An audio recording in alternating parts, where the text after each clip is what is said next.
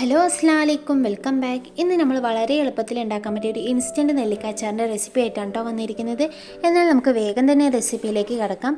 അപ്പോൾ ആദ്യം തന്നെ നെല്ലിക്ക നല്ലോണം ഒന്ന് കഴുകി വൃത്തിയാക്കിയിട്ട് ഒരു 10 മിനിറ്റ് സ്റ്റീം ചെയ്യാൻ വെക്കാം കേട്ടോ. അപ്പോൾ നെല്ലിക്ക ഇതേപോലെ തന്നെ വിണ്ട് വരുന്ന സമയത്ത് നമുക്ക് ഫ്ലെയിം ഓഫാക്കി കൊടുക്കാം. അപ്പോൾ ഈ നെല്ലിക്ക നമുക്ക് കട്ട് ചെയ്യേണ്ട ആവശ്യമൊന്നുമില്ല കേട്ടോ. നമ്മൾ കൈ കൊണ്ട് ജസ്റ്റ് ഒന്ന് പ്രസ് ചെയ്ത് കൊടുക്കുമ്പോൾ തന്നെ അത് 4 പീസായിട്ട് വരും. ഇനി ഒരു മൺചട്ടി ചൂടാക്കാൻ വെക്കുക. അതൊന്ന് ചൂടായി വരുമ്പോൾ അതിലേക്ക് ഒരു 1/2 കപ്പ് നല്ലെണ്ണ ചേർത്ത് കൊടുക്കുക കേട്ടോ. അപ്പോൾ നിങ്ങൾ എപ്പോഴും അച്ചാർ ഉണ്ടാക്കുകയാണെങ്കിൽ നല്ലെണ്ണ ഉപയോഗിക്കാൻ തന്നെ ശ്രദ്ധിക്കുക കേട്ടോ. എന്നാൽ തന്നെ നമ്മുടെ അച്ചാർ കുറച്ച് ദിവസമെങ്കിലും കേടുവരാതെ ഇരിക്കുള്ളൂ.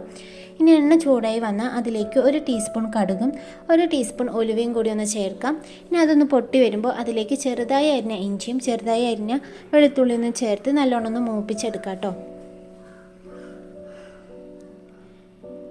ഇനി അതിലേക്ക് ഞാൻ ഇവിടെ കാന്താരി മുളകും കൂടി ഒന്ന് ചേർത്ത് കൊടുക്കുന്നുണ്ട്. അപ്പോൾ നിങ്ങളുടെ കയ്യിൽ കാന്താരി മുളക് ഉണ്ടെങ്കിൽ അത് ചേർക്കാൻ നോക്കുക.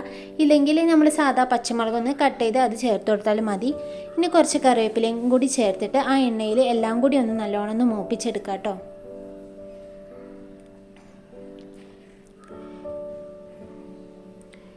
ഇനി ഇതിലേക്ക് ഒരു 1/4 ടീസ്പൂൺ മഞ്ഞൾപ്പൊടിയും 1 ടേബിൾ സ്പൂൺ മുളക് പൊടിയും പിന്നെ ഒരു 3 ടേബിൾ സ്പൂൺ അച്ചാർപ്പൊടിയാണ് കേട്ടോ ചേർക്കണത്.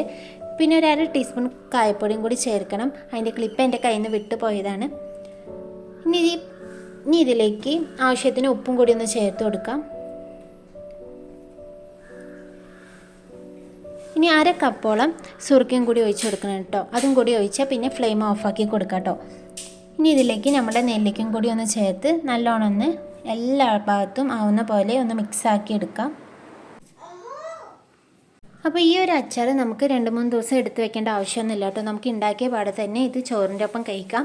ഒരു വൈകിട്ടാകുമ്പോഴത്തേനും നല്ല ഉപ്പും എരിവും പുളിയൊക്കെ നമ്മുടെ ഈ നെല്ലിക്കയിലേക്ക് പിടിച്ചിട്ടുണ്ടാവും. അപ്പോൾ ഇനി ഈ നെല്ലിക്ക സീസൺ ആയതുകൊണ്ട് നിങ്ങൾ ആരെങ്കിലും നെല്ലിക്ക ഒന്ന് വാങ്ങിയിട്ടുണ്ടെങ്കിൽ ഈ ഒരു അച്ചാറൊന്ന് ട്രൈ ചെയ്ത് നോക്കൂ കേട്ടോ. അതുപോലെ തന്നെ എൻ്റെ ഈ വീഡിയോ നിങ്ങൾക്ക് എല്ലാവർക്കും ഇഷ്ടമാണെങ്കിൽ ഒന്ന് ലൈക്ക് ചെയ്യാനും അതുപോലെ തന്നെ സബ്സ്ക്രൈബ് ചെയ്യാനും മറക്കരുത്. ഇതുപോലെ തന്നെ നല്ല വീഡിയോസുമായിട്ട് ഞാൻ വീണ്ടും വരാം.